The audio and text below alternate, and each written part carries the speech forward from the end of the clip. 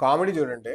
ఇరాన్‌లో ఏమో అందరూ హిజాబ్ తీసేసి కమీనీ ఫోటోని కాల్చేస్తా, సిగరెట్లు చేస్తా, లేడీస్ ఇలా చేస్తున్నారు. యూఎస్, యూరోప్‌లో మాత్రం హిజాబ్ వేసుకోవాలని చెప్పి ర్యాలీస్ జరుగుతాయి. అదే అంటారు కదా, ఒక దగ్గర ఒక ఎక్స్‌ట్రీమ్‌కి వెళ్ళిపోతే ఇంకో దగ్గర ఇంకొక ఎక్స్‌ట్రీమ్‌కి వస్తదని. యూరోప్, యూఎస్ మొత్తం రండి, రండి, రండి అని చెప్పి అసైలం కని చెప్పి ఈ ముస్లిమ్స్ మొత్తం తీసుకొచ్చారు. ఫైనల్ గా ఏమవుతుంది? దేశాలన్నీ పాడైపోతాయి. There are senators of many states, of many areas మొత్తం ముస్లిమ్సే ఉన్నారు. అసలు యూకే అయితే ఘోరం. ప్రిన్సే తీసుకొచ్చి అక్కడ కింగే ముస్లిం పండగలకి వాళ్ళ కోటలో దావత్ ఇస్తున్నాడు. ఎంత ఘోరంగా యూకే తయారైందంటే, రీసెంట్ గా మా ఫ్రెండ్స్ వెళ్ళిన వాళ్ళు వీడియోస్ లో కూడా చూస్తుంటే, యూకే కి వెళ్తే మొత్తం అందరు హిజాబ్ వేసుకునే కాలేజ్ లో సర్టిఫికెట్స్ ఇస్తా ఉంటారు. ఆ ఫంక్షన్ కి వెళ్తే మొత్తం ముస్లిమ్స్ ఉన్నారు. యూకే కి వెళ్తే అదొక పాలస్తీన్ కి వెళ్ళినట్టు, అదొక ఇరాకో ఇరానో వెళ్ళినట్టు ఉంది. సో ఇక్కడేమో మొత్తం తీసేసి మంటల్లో వేసేసి హిజాబ్ లో మాకు ఫ్రీడమ్ వచ్చింది అనుకుంటున్నారు. ఇటుపక్క యూరోప్ క్రిస్టియన్ నేషన్స్ ఉంటాయి కదా, యుఎస్ లో ఏమో దే వాంట్ హిజాబ్, దే వాంట్ షరియాలా, they want changes in their countries. ఏ కంట్రీకి అయితే అసైలం కింద వెళ్ళారో